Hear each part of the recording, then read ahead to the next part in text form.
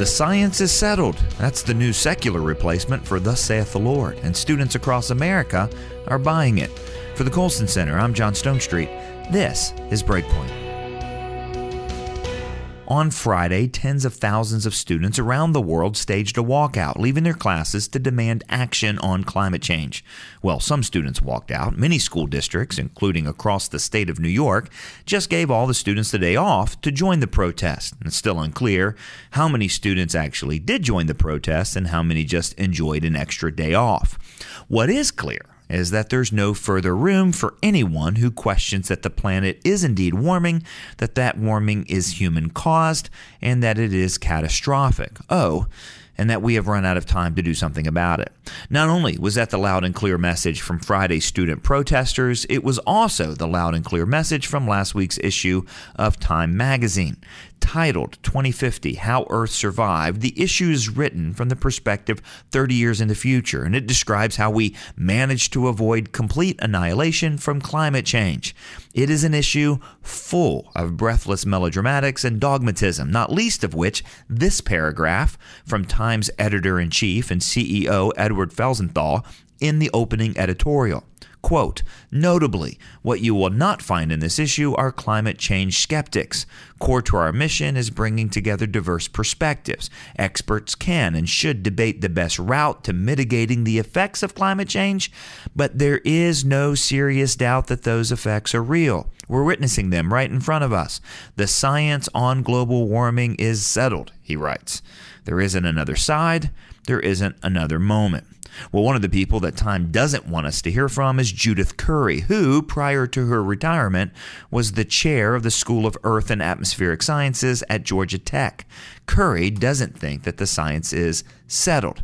In her words, if all other things remain equal, it is clear that adding more carbon dioxide to the atmosphere will warm the planet. However, the real difficulty is that nothing remains equal. In other words, we simply don't know enough about how, as she puts it, the sun, volcanic eruptions, and the interactions between the atmosphere and ocean impact the climate to claim that the science is settled about human-caused climate change. How much of the measured warming and recent tropical storm activity is the result of these factors which are beyond human control? How much is increased CO2 the result of human activity? We are simply not sure. Now, there's typically nothing wrong with admitting uncertainty. However, when it comes to this issue, by claiming the science settled and treating anyone who disagrees as deniers and heretics, uncertainty is no longer allowed. For many people, a certain kind of environmentalist catastrophism has become a religion, and arresting climate change has become a crusade. The first casualty of the crusade is the honest pursuit of the truth.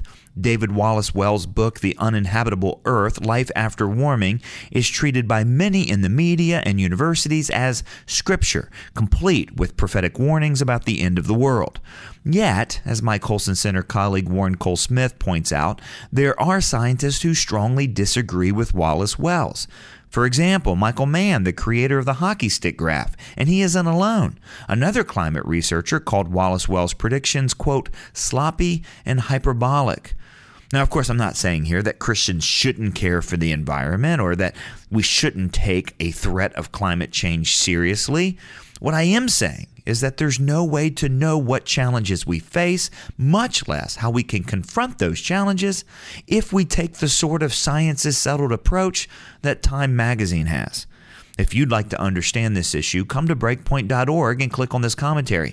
I'll link you to a series of 5 articles written by Warren Cole Smith. In the series, Warren asked the tough questions about the history of the Earth's climate, doomsday scenarios, why the climate is changing, and what we can do about it. Again, come to Breakpoint.org and click on this commentary to learn more about these issues surrounding climate change, even if Time magazine refuses to.